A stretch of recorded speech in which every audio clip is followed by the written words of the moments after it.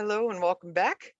I'd like to talk about the next feature of the NMR spectrum that we want to be able to explore, and that is chemical shift. Chemical shift is what we call it, what we call the parts per million number, the location on the spectrum, and also called the delta value. And for proton NMR, again, typically the numbers are in the range of 0 to 10. They can go a little higher than 10, but that's usually where we find most of our signals. And the reason a proton is going to occur, at a higher number or a lower number has to do with its electronic environment. So the closer we are to 0, these are going to be, as we move in this direction, these are protons that are more electron rich. They're in more electron rich environments. And when we move in the other direction, this is called the downfield direction. That is when we have things that are more protons that are in more electron poor or electron deficient environments. And we could take a look. I have some general guides up here. So like a proton that is, most of the protons that we see are on carbons. And so those are the ones we'll look at various ranges. Let me just quickly point out, though, that some protons are on nitrogen atoms or oxygen atoms, and those are going to be a little harder to pinpoint the precise locations. You could see that an amine has a pretty broad range on where it might be. An aromatic amine, when you have an NH2, for example, on a benzene ring, or an amide, we get very broad ranges here. And same thing with various types of alcohols. If we have just an ordinary alcohol, you could see it really can come anywhere, from 1 to 5 or so. A phenol is what we call it when we have an OH on a benzene ring. That's going to be a little further downfield. And the ones we find all the way downfield, the highest ppm we'll typically see for any proton in the proton NMR will be for a carboxylic acid. A carboxylic acid proton will usually come above 10, even 10 to 13 or somewhere. So why are these protons that are OHs or NHs, why are they so hard to pinpoint? It's because they are, I have a note here that goes into this more detail if you print out this handout. It turns out that those protons are acidic. They can be exchangeable. That means they can get transferred from one oxygen to another oxygen. And for that reason, the location of it really depends on what solvent are you using, what's the concentration, and so on. So it depends on experimental conditions. And furthermore, another curious thing that we observe with it is because it can, because of that exchangeable nature, it very often ends up being kind of a broad signal, very often described, as you can see down here, typically OH and NH signals in the NMR appear as broad singlets. So kind of like, maybe even a lump like that, or just might not be very sharp, something like that.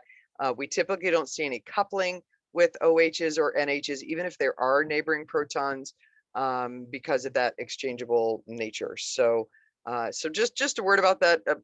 When we have an OH, especially those are a lot more common. That's something that we can kind of look for. It'll have a integration of one, and it very often is a singlet that's a little on the broad side.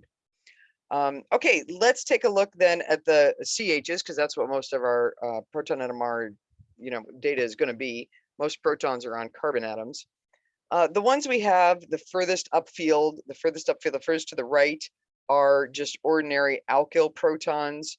So methyl, ethyl, propyl, those sorts of things. You can see there's a little bit of a difference depending on whether it's a CH3 or a CH2. That's called a methylene group. Methylene is a CH2, or just a CH. They're called a methine. So those numbers will vary just a little bit depending on where they are. But typically those are the ones that are the furthest upfield, are just typical alkyl protons. Okay, the next group that we'll take a look at are these three together. Let's see if I can draw a little straighter line here. These three together represent protons that are on carbons that are next to a pi bond. Next to a pi bond. So that's what all these have in common, right? So these hydrogens are allylic. meaning next to a carbon-carbon double bond. These are described as being alpha protons, alpha to a carbonyl. So again, also next to a pi bond. And these are described as benzylic when you're next to an aromatic ring like benzene. So anytime we see this, you see an R or an AR, those are representing, R is just a typical alkyl group, again, methyl ethyl propyl, something like that, tetrahedrocarbon. And AR represents an aromatic ring in general. And the most common aromatic ring that we're going to encounter is the benzene ring. So this compound on its own is called benzene, but you know, if it's a derivative of benzene, this ring is described as an aromatic ring.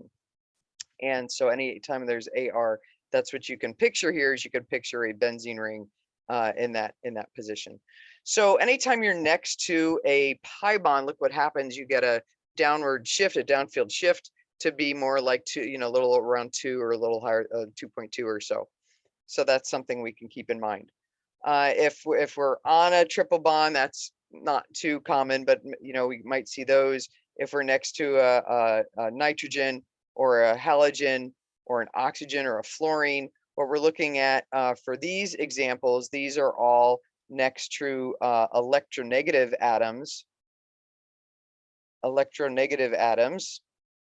And what is that going to do to the carbon? Well, if we look at the oxygen, that's probably the one that we're going to see the most often, is oxygen is electronegative. So that pulls electron density away from that carbon. And what does that do to this CH3 or CH2 or whatever you know, type of carbon we have here? Those protons are going to be quite electron deficient. What happens when you're electron deficient? You get pulled way downfield.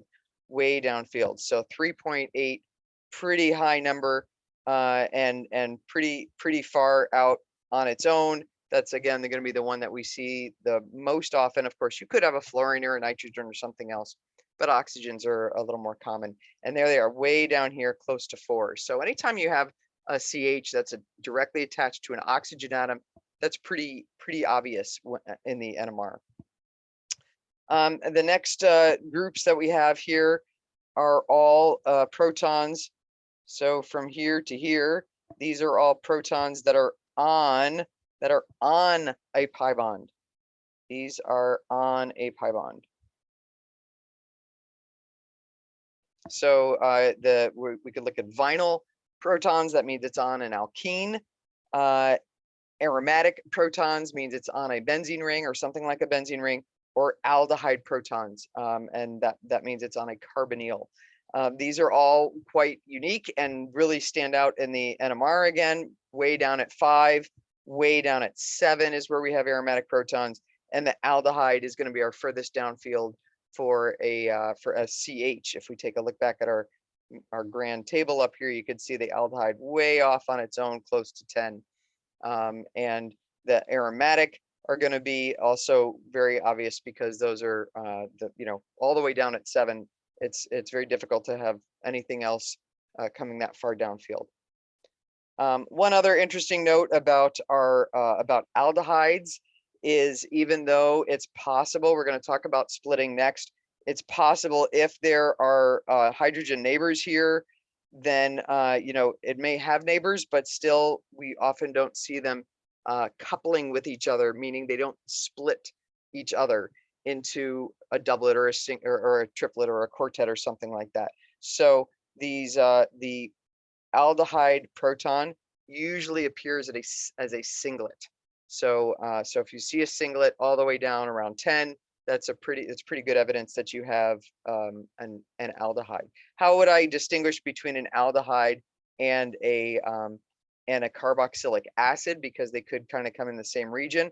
Once again, that carboxylic acid is usually a broad signal because it's on an OH, compared to the aldehyde, which would be much sharper. Although they both would typically be singlets. Okay, so that's kind of some general things. Let's talk about why we have these sorts of chemical shifts, and what if we have more than one group attached to a CH that is going to have an impact on its you know, being electron rich or electron poor. Okay, one thing to keep in mind is that any electron withdrawing groups you have are additive. So for example, if you look at where would methane show up in an NMR, somewhere around 1 or 0.9, because it's just a plain old alkyl proton.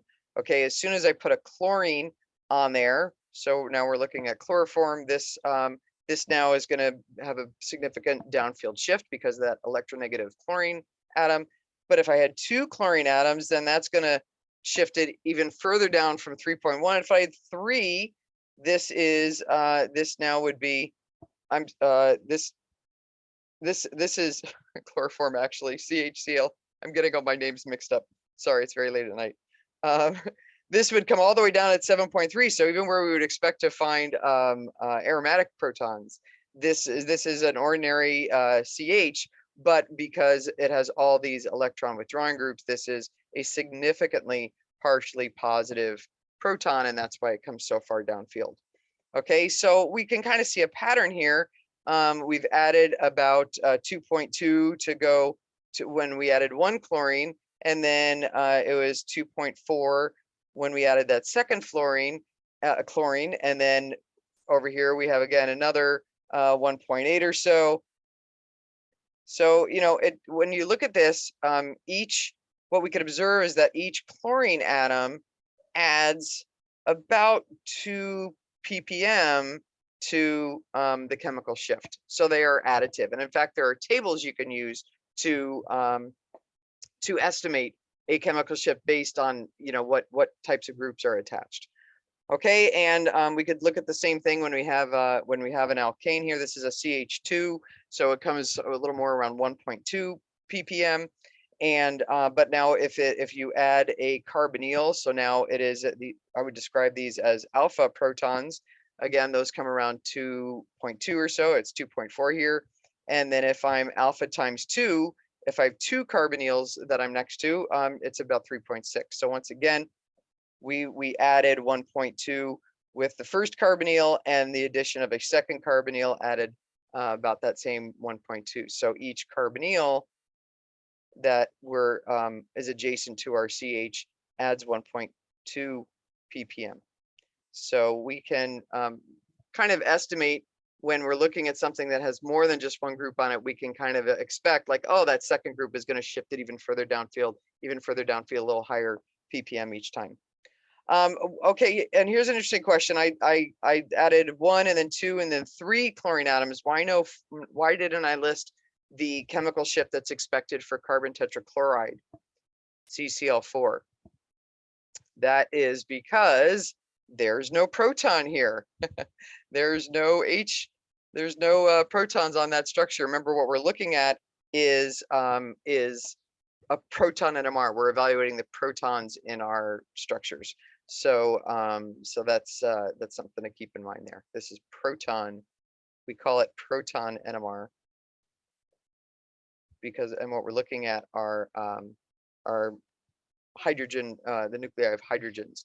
So that's what we're looking at. It's usually written as proton NMR like this 1H NMR, but we read it as proton NMR. Okay, so electron withdrawing groups, that's one effect that we can have. Another effect we can have are pi electrons on the chemical shifts, right? We saw that if you're adjacent to a pi bond, that causes a downfield shift. And if you're on a carbon with a pi bond, if you're vinyl or aryl or an aldehyde proton, then you have a really significant shift downfield. So what's going on there? This effect is called anisotropy, or an anisotropic effect. And we can ask, you know, why do we have these shifts downfield being next to it or being on a double bond? And what's happening here is when you have pi electrons, like in a benzene ring, in fact, in a benzene ring, we have delocalized pi electrons. So sometimes it's just written as a circle to represent those 6 electrons that are all delocalized. What happens is when you put those pi electrons in a magnetic field, remember that's how an NMR instrument works, as the magnetic field is going in one direction, the electrons are going to start causing a current that's going to oppose that magnetic field. So we get a current from the electrons that are flowing, and they're going to be kind of cycling up this way and cycling down through the ring like that.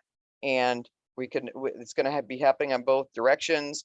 And so as a result, the aromatic protons, so this is a proton that is on the benzene ring, the aromatic protons are very highly deshielded, so much so they're around 7 ppm. And these two right here, these are the ones we would describe as being benzylic protons, right? Benzylic means next to a benzene ring. Is called a benzylic position, right? So they're not on the benzene ring, but they're on the carbon that's right next to the benzene ring. That's what we describe as benzylic.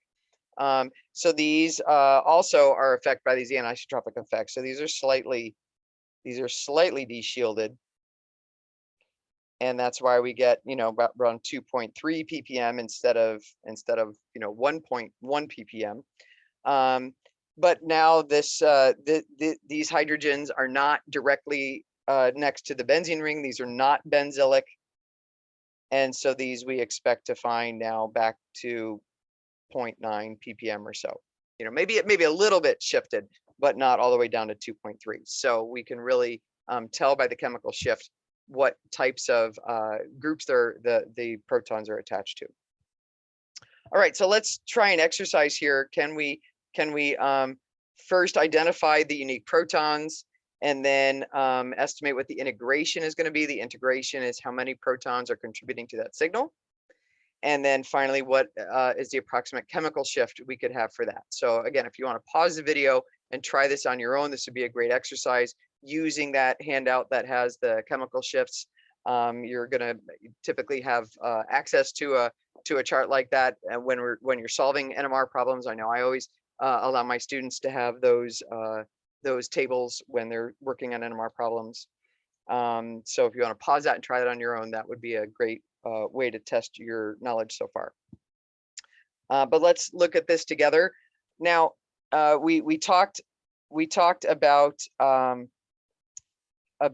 the aromatic protons and equivalency, right? And we said that these protons would be one type and these protons would be another type. And so that is true. So let's draw all these protons in. And these all, we do have one type down here. We'll just letter them A, B, and C. This one that's on the opposite side of the ethyl group, we could call A. This the next one over would be B, because we have some symmetry here, right? And then the ones that are right next to the ethyl group would be C. And so it's possible we could see 3 different sets of protons in that aromatic region, but because we don't have any special resonance or other things impacting this benzene ring, all of these protons are all going to be very, very similar electronic environments. So a lot of times what we see for aromatic signals is that these are all these might just kind of coincidentally come on top of each other and show up as a 5 hydrogen signal. So sometimes we'll see example of ones where they do have a significant difference in their chemical shift, but other times we see them that they just kind of coincidentally all come together. And remember, 7 parts per million is our approximate number for an aromatic proton, somewhere around 7. Okay, and then the 2 protons here are going to be coming as one type of proton. So we're going to get a 2 hydrogen signal here, and this methyl group, the CH3, is going to give us a 3 hydrogen signal. So we could call this D and we could call this E. And where do we expect to find them? The 3 hydrogen signal is a ordinary methyl group that's not attached to anything. you know, very electronegative or not directly attached to a pi bond, this is going to be somewhere around 0.9. And how about this one here? This CH2 is directly next to the benzene ring. How do we describe that? That's called a benzylic position. This is benzylic, next to a benzene ring. And so where does that bring it? Let's take a look at our table. Benzylic is now going to be, you know, one of these sets that are right next to a benzene, right next to a pi bond of some kind. So that's where we have that downfield shift of to 2.3 or so. So instead of around 1, we're going to expect this to be just a little over 2 parts per million. So those are the chemical shifts. We can also call them delta values. Okay, how about our next one? We could just kind of start left to right. We expect this to be a 3 hydrogen signal, and this is going to be a 2 hydrogen signal. That's what we describe as the integration, the peak integration. This one that's directly attached to the oxygen, that's kind of a big deal. Alpha to oxygen, directly attached to oxygen. This is the one that you know, you might encounter this number so often that it's a kind of a good one to keep in mind. 3.8, way downfield, way downfield. So we'll use that as our number. Whoops, I went a little too far. So we'll say this is about 3.8. Okay, and then this next one over is not directly attached to the oxygen, but it has to feel some of that pull, you know, making this carbon so partially positive. That makes this one a little more partial positive. So I don't know exactly where it's going to be, but I would expect that it's going to be a little higher than 0.9 ppm. So maybe a little more. I think it's usually about 20% of the chemical shift effect that you have when it's not alpha to the oxygen, not directly attached to the oxygen, but we describe this as being beta to the oxygen, where it's just one atom removed. So you know, if I have there are tables that you could use to really estimate this a little more precisely, but it's just would be important to recognize that if I saw this at 1.1 or 1.2 or something like that, that would still be consistent with my estimate. Okay, how about these other guys? We have this is a 2 hydrogen signal. This is a 2 hydrogen signal. They're both CH2s. And again, this one is alpha to the oxygen. This CH is directly attached to the oxygen, so that's going to be our 3.8. And this one is next to a carbonyl. We call that an alpha proton, alpha to a carbonyl, and that's back to something like 2.2. When we look at our table, alpha to a carbonyl is somewhere around 2.2, 2.3, something like that. Okay, any other protons? Sure, we have this proton here, an OH. So this is not a CH, but an OH. This is now when we kind of have those really broad ranges to consider. What kind of OH is it? This is just an ordinary alcohol. An ordinary alcohol is going to be different than a phenol. Phenol is when we have the OH directly attached to a benzene ring, and then a carboxylic acid is when the OH is directly attached to a carbonyl. So this is just an ordinary alcohol, so we would say maybe 0.5 to 5, just a real big range. Don't really know where it's going to be. So we could just give a nice big estimate there. Okay, and actually I think this one too, I would guess that these alpha protons again are beta to the OH. So this is another one I'm going to say, okay, I'm not right at 2.2 like an ordinary alpha proton, is probably a little higher than that. All right, so that gives us a feel for our chemical shifts and the reason for downfield shifts in terms of electronegativity or maybe anisotropic effects. So we're getting closer and closer to being able to predict what an NMR spectrum is going to look like. We'll look at our last feature next, the splitting patterns, what makes a proton, you know, a singlet or a doublet or a triplet or something like that.